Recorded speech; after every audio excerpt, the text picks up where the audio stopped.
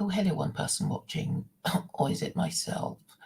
I am going to give the StreamYard link to this new person that I've met online on Twitter Spaces.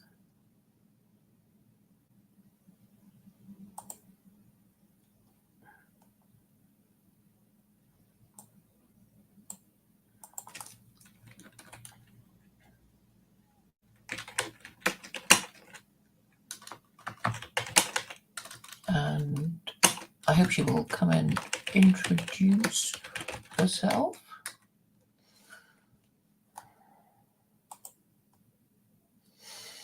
And now I will continue. Now I'll do my update. So today I spoke to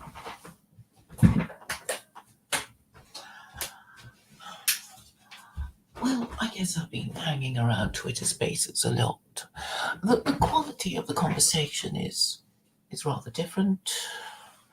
Different people talking to younger people, mostly slightly interested in politics, not particularly interested in politics, and therefore with a kind of butterfly mind about these things. But perhaps there's no harm in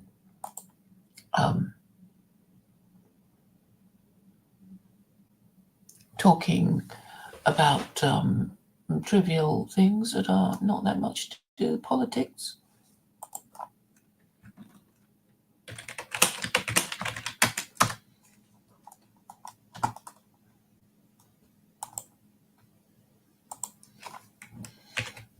Maybe she won't.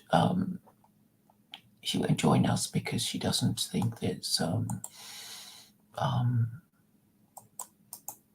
She might not be interested in the things I talk about, though she has been stalking me for years and has a pretty good idea of what I go on about. In fact, we were talking about David Irving and Nigel Farage. So perhaps I'm not being quite fair to her in saying that she's not really interested in politics. She can sing quite well and maybe might have a Korean comedy. I don't know. I'm trying to get her to write a sitcom about a dystopian Britain where secular Quranism has been implemented, but she's a little shy about it. I think generally young people, they don't want to talk about politics too much, particularly the uncommitted ones, I suppose. They don't quite have a bee in their bonnet about things quite yet, but give it time for them to become bitter and twisted and angry and accusatory. So we never know. But it's nice to talk to a younger set of people who are, I guess, completely, well, not completely, but just barely aware of the issues and what triggers certain people, and they go, oh, Nazis, oh, people who don't quite like Jews, it's that sort of feeling that they're the kind of above all this until they are robbed of their innocence when their government has lied to them and tricked them and enticed them into doing things that are not quite good for themselves.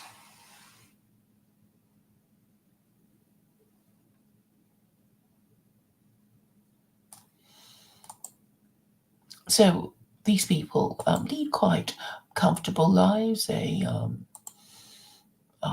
well, they've gone to good universities, done their MA. They probably think of themselves as above the morons and vegetables who are embittered by immigration or Jews or whatever it is that the dissident dissent about. So it's quite refreshing, really, to in a way have a kind of innocence about the discourse, singing songs, rating women, talking about exes. It's refreshing. It reminds me of my younger days when such things happened, and it's people do. The young people, they obsess about different things. I mean, it's like they have to talk about their boyfriend or their girlfriend if they've just broken up with them, and it just goes on and on. And perhaps I was like that, and now I am at a different stage of my life where um, these things sort of fade into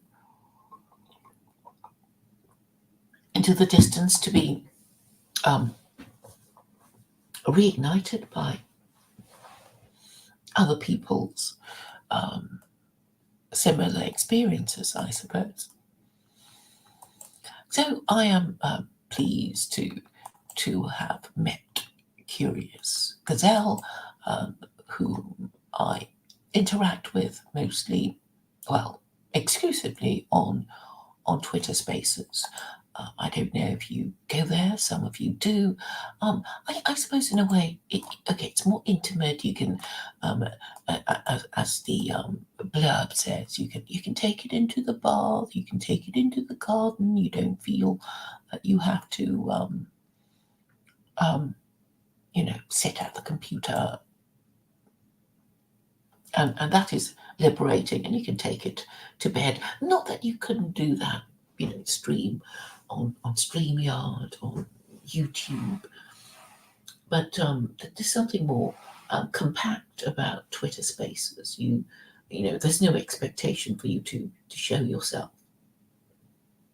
But you lose your privacy. If you want to listen to a conversation, you have to show yourself. So you can't really eavesdrop anonymously and not declare yourself. And I suppose you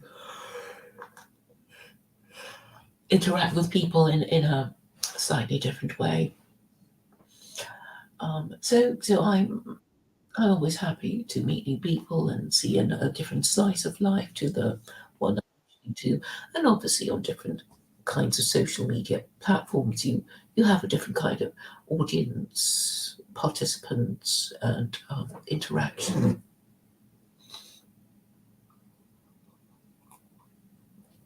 Well, what I have to say about um, I suppose my complaint is the inability to stay on topic. But then you can hear them saying, oh, we have to stay on topic because the title is this thing, and we're going off topic now because we're going on a tangent because we're not, you know, um, and I pride myself um on having a discussion on theology for 12 hours, and um I don't know if you can still find it. Um, it could be on one of my two, my tertiary and my secondary channel, in which case you can still view it, or it could still be an Odyssey. I don't even know now. But as you know, my primary YouTube channel has gone down. Um, I did appeal a few times, and each time I got a slightly more sinister message saying. Um,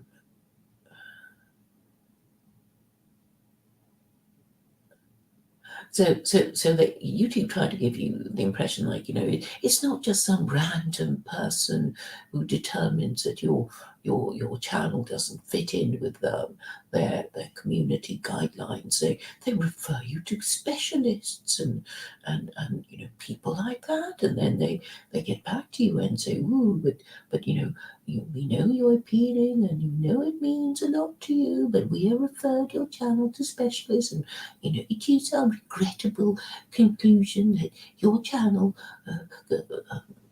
breaks the YouTube community rules," and they don't tell you what it is. So that's my situation.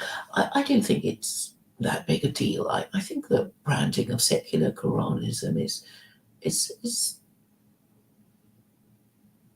oh, I really think I am the only person with a solution. I'm still the only person with a solution. And um, and I think that's good enough. I've got my book out. I'm not saying it's on the #1 bestseller list, but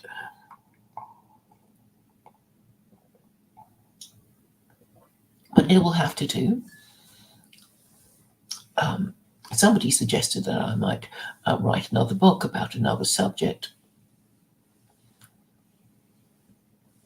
and in a way, I owe a lot of what I write to the people who disagree with me or pretend not to understand what I mean. Hello, Orfeo Trishula. So I think there is a certain pattern to how people think. Even as they pretend not to understand what you're saying and they reject your message, that there's only a finite number of steps that they can take to reject your message, and usually 1, 2, 3, 4. It's about that, and they become very predictable.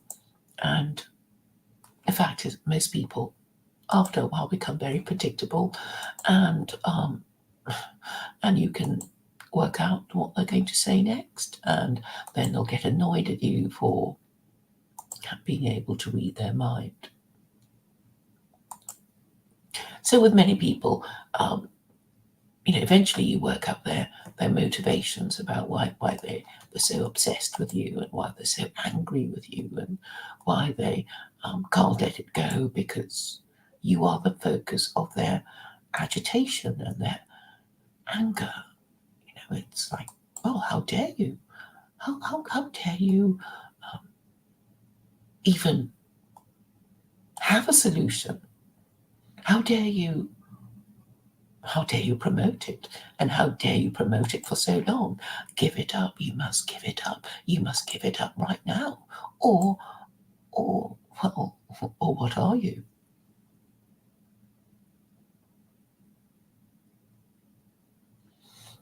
And so today I was talking to this Christian,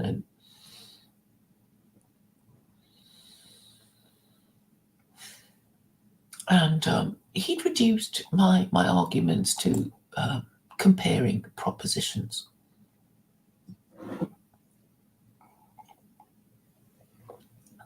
What's wrong with comparing propositions? Nothing wrong with it, unless your propositions are not don't come off that well in comparison to the other person's. And we know the problem of Christianity and the neurosis that it has caused in so many Western men. I was talking about this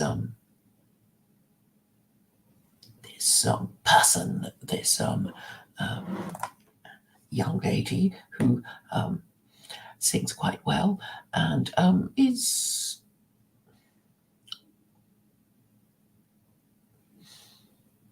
peripherally interested in politics and is educated and is, what shall I say?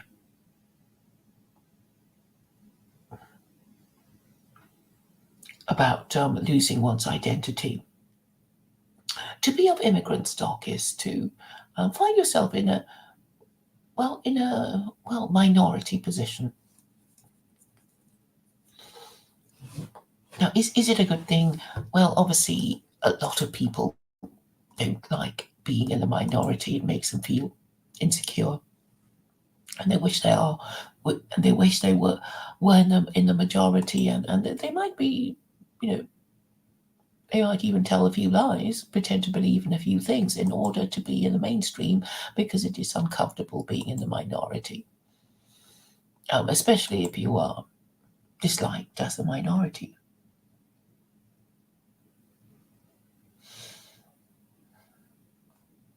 And listening to the kind of discourse that I've been party to, um, I get the impression that people are afraid. So on the one hand, they go too far and they make themselves anonymous, and then they say silly things, or um, they don't dare say anything at all. And I think this is really part of the problem with a show of overwhelming force to the political establishment. They will shrink away. They will accommodate us, but only if we stand tall and stand proud and speak our views about our beliefs very firmly. So I'm very pleased to say that Nigel Farage seems to be on his way to um, getting some redress for um, for being deprived of his bank account. I don't know. Things might go badly, but I hope it works out well for him, because um, otherwise things look very bleak indeed for dissidents.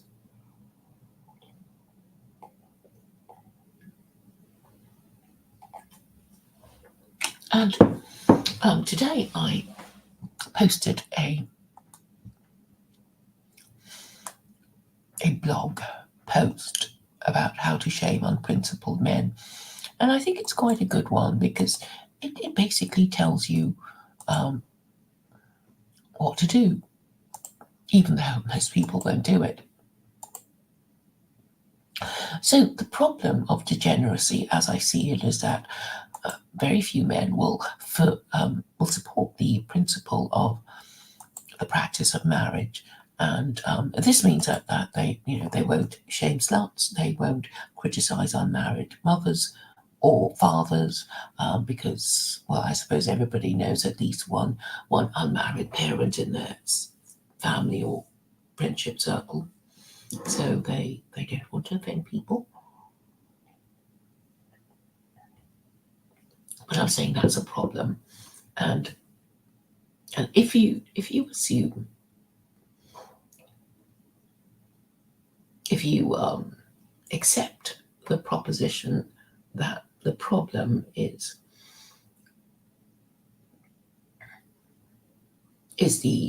widespread illegitimacy, then you will realize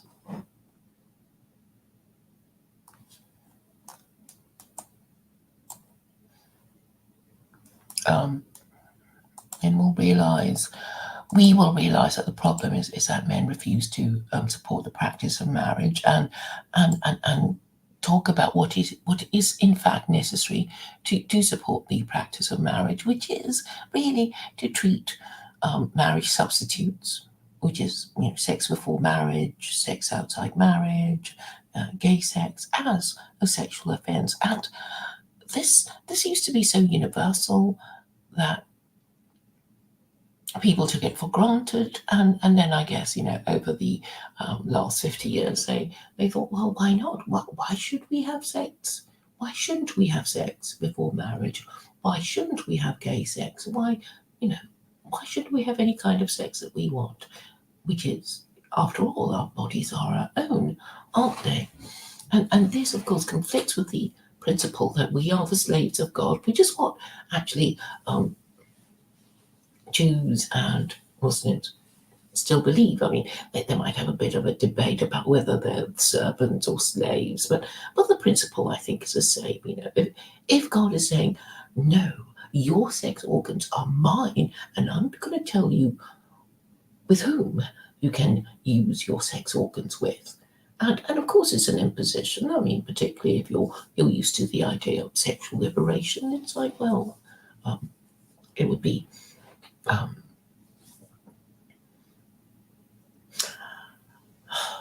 it would feel quite okay. It's obviously a lot to give up. If you've grown up on the presumption of sexual liberation, like, well, do it if it feels good, then you're not really going to take to the idea that you are a creature created by God who has certain ideas about what reproductive rights, about who should have them and who shouldn't. And the presumption is that if you can't find somebody to marry you, you shouldn't have reproductive rights. And if you still have sex with somebody you're not married to, and you become an unmarried parent, then punishment will follow. And I think a lot of people will find this idea alien and alarming and very hard to take. But this is really what we're talking about. Now, assuming I'm correct that the degeneracy and the corruption and chaos and criminality that we are seeing everywhere around us is caused by sexual immorality, and I can very clearly show causation, then the solution is obvious. But obviously, my difficulty is being platformed, and therefore it's all a matter of status. I know the CIA, all these news outlets are not platforming me. In fact, I'm being barely platformed here with my three viewers at the moment.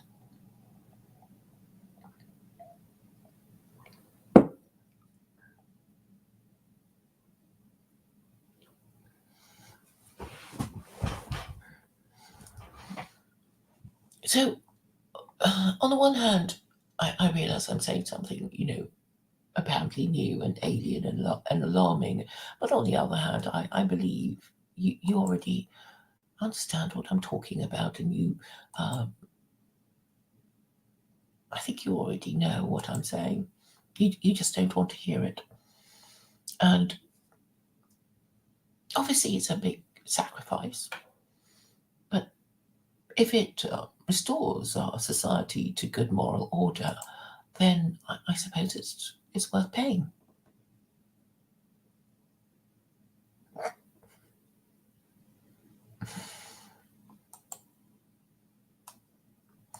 Now, this young lady, she's very interesting. I mean, that's if you look at if you listen to the Twitter Spaces between us, well, I think they're amusing, and what is refreshing about them is that they're so totally different from the streams I've had. And I suppose that's why I always feel I really want to talk about politics. And I've been, but somebody singing a song, talking about trivial things, looking at actresses and rating their beauty. And so I suppose, in a way, this isn't the sort of thing I would expect somebody like Orfeo Trishula to be interested in. So what questions has he asked me?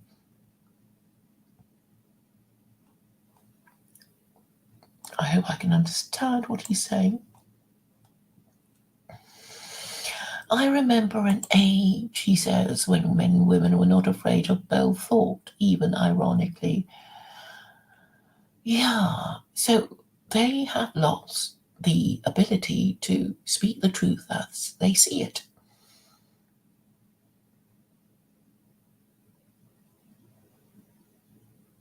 Is this what we would like to have back?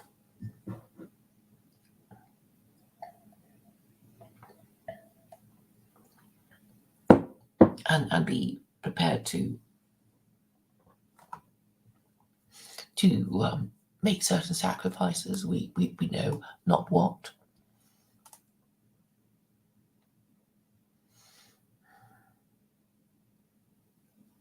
And I think, yes, I do want to be allowed to speak what I believe to be the truth. And it's not just me. I want others to be able to do it too, so I can have a a full and frank discussion about things with them without them, wanting to run away.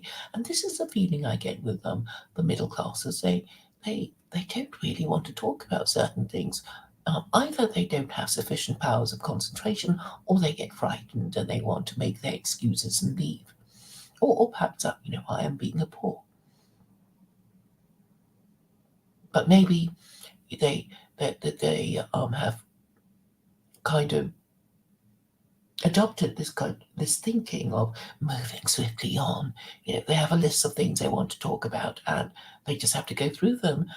They don't care if they discuss it properly or not. They just move swiftly on because they have to keep up the impression of being busy, and being full of thoughts and busyness, and it doesn't really matter if they don't discuss them properly, and so they're basically chasing their own tails, and they have lots of dark corners that they're too afraid to venture into. And when you talk about these things, they'll just get very offended and very frightened, and then they want to silence you.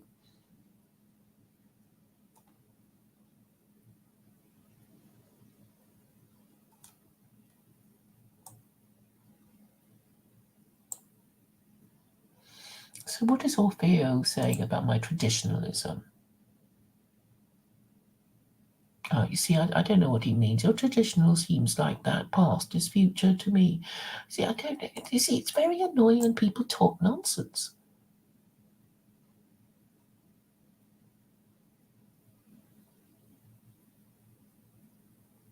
No complete sentences, verbs without subject, subject without verb.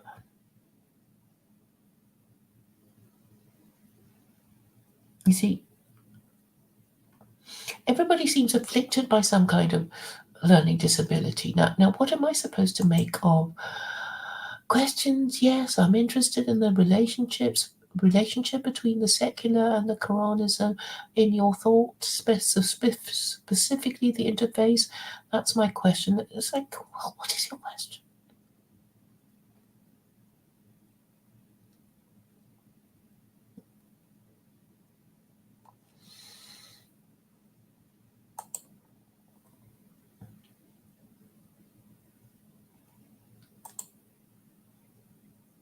So what is particularly disturbing is that people can't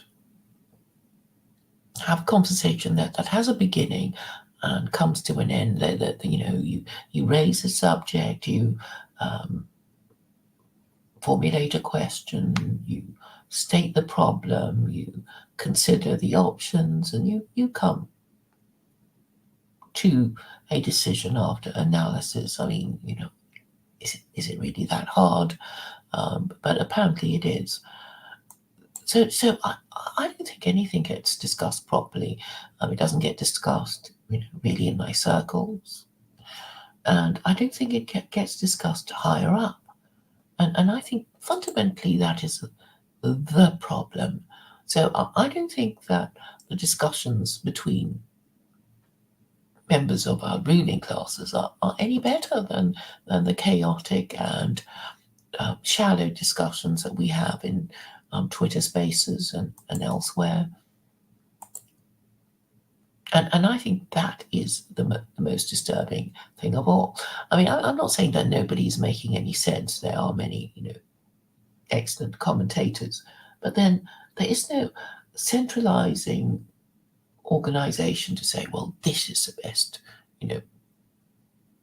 post on the subject of whatever, and then you get the top people to discuss the thing and come to a conclusion. You don't get this organizing force. It's all all these different people just going round and round in circles in their own little box.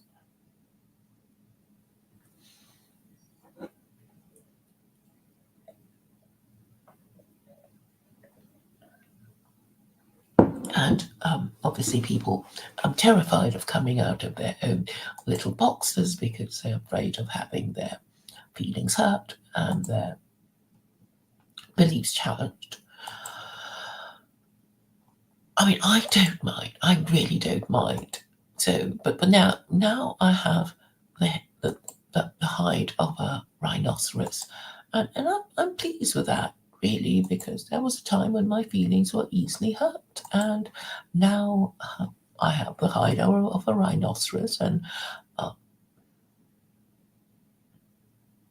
and I feel that I'm able to take a step back and be more analytical and not get too caught up in the emotion of things, um, and actually it has helped me get along with a lot of people that I would have found difficult to get on with. So I think